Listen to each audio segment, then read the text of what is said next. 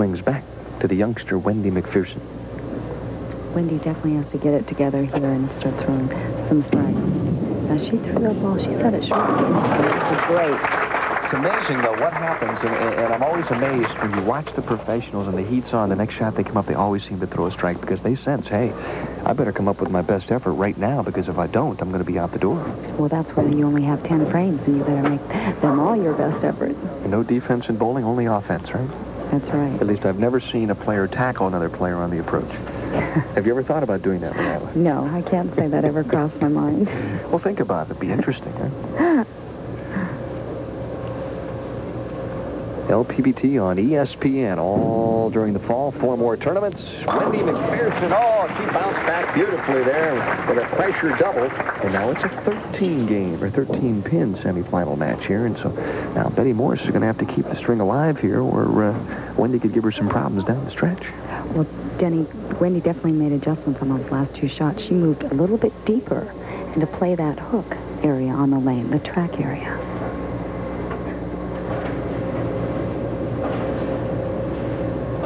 Betty Morris with a career TV match play record of 18 wins and 8 losses. Waving this one home, and that's a big break because the half 10 went out that time. That's a good sign.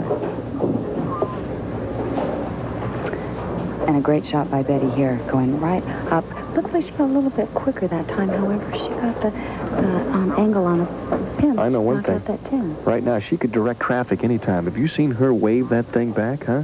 Could she get the traffic jam solved in a big hurry? Well, that's the emotional Betty Morris we're used to seeing. She hasn't shown too much out here today. However, there hasn't been that many strikes thrown. Yeah, I think both players are a little tentative. They realize if they throw it just a touch off line that they're going to have some problems. That one's definitely right. It comes back, though, and I think Betty even a little surprised it got back as quick as it did, left the half 10.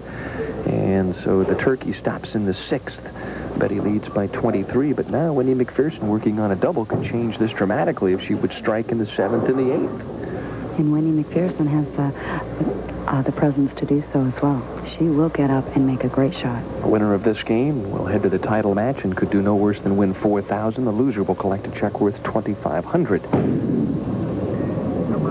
Good swing on the cross alley 10 for Betty Morris, who leads by 22, but don't go away because the conclusion of the semifinal match is coming up next that Wendy Macpherson may ever receive on national television. That's true, and I don't think she's ever going to forget this one. That was just pure luck. Oh, man. Snowplow job. Look at Wendy. She's going, I think I got away with one. She's more embarrassed than anything. However, she's going to take it. Nevertheless, a 4-bagger, and it's a 2-pin match as we head into the 8th frame for Betty Morris, who needs a strike, and through the nose, luckily kicks out the 7.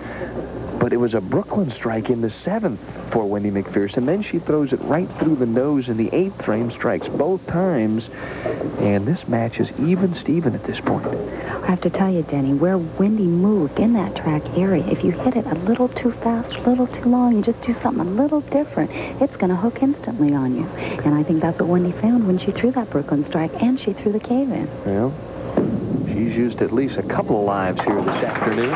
Already, Betty Morris with a spare, and at this point, advantage would be to Wendy Macpherson, though, because she's working on the strike in the 8th. You have to have the breaks to win out here. Oh, no question. And usually they say the one that's getting the breaks early is the one that's going to end up winning the tournament, so you never know at this point. Well, Betty taking a little extra time here, and rightfully so. The winner advances to take on the top seed, Karen Ellingsworth, for the AMF Virginia Classic and $8,000 in first place prize money. To tell you, too, Denny, the top 5 are getting a beautiful double ball bag. Oh, the 5-pin sliding to the left of the 7. Betty pleading for it to knock down the 7-pin, and it didn't. Boy, watch the slow-mo here because the 5-pin does a dance to the left. This was a great shot, Denny. By Betty. She couldn't have thrown that ball any better. As it's driving into the pocket, just swishes that 5-pin right in front of the 7, and she was looking for that extra little hit. Stood the 5-pin up in the gutter and still couldn't get it to fall. Tough break. Excellent shot for Betty Morris. Now Betty's best possible game would be 224 if she would strike out in the 10th. Meanwhile, a 245 clip if Wendy Macpherson continues to strike. But she's got to be thinking about the Brooklyn that she threw on this lane in the 7th frame, don't you think, Leila? Oh, definitely. The last 2 shots have been high in the Brooklyn, and she's going to have to make some type of adjustment, throw the ball to the right-hand side. And for the first time in the match, she leads. Let's see what kind of a shot she comes up with. It gives it a little room, switches out to 5, and that could be the shot that advances her into the championship game. That's the kind of player she is, Denny. When she needed the shot, she went out and she threw a great one. Can't do too much better than that. She's taking advantage of the opportunities. Betty, meanwhile, is probably got to be sitting there on the bench thinking, holy cow, how in the world could she throw 2 strikes like that? But that's all part of the game. Yes, it is, and I'm sure Betty could think back and remember some of the breaks she got in the past 8 weeks on television, That's too. exactly right, yeah. Got to have a little luck to win. Right now, reminiscing perhaps a little bit. Betty just hoping for any opportunity to come up in the 10th and maybe have a shot. But right now, Wendy Macpherson in a position where she is just about ready to take off and leave Betty Morris all by her lonesome. Well, Wendy had thrown 2 great shots on the 2 lanes before going Brooklyn, so she knew what it was like and knew what she had to do to throw those strikes back in the pocket. At this point in time, she needs 9 pins to lock things up. Boy, last week wasn't that exciting when Renee Fleming only needed 18 pins in the 10th frame and didn't even realize she had won the tournament. Well, you can bet that Wendy knows here what she needs.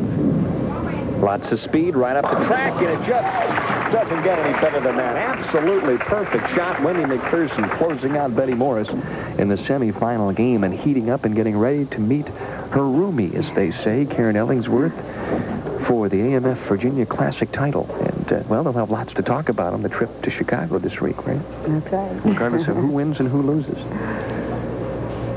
That's got to be tough, though. 2 roommates bowl each other. Of course, you did the same thing with Lori Nichols, didn't you, when you won your title? Yes, I did, and I have to tell you, there isn't any better way to have it, though. You're in the 1 and 2 position. Well, closing out with an 8-bagger, shooting 245, got a couple of breaks in the 7th and the 8th, but Wendy Macpherson took advantage of the opportunities when they rolled along and shot a beautiful 245 game. So Betty Morris will finish 3rd this week, and Wendy Macpherson will continue to climb right up the ladder.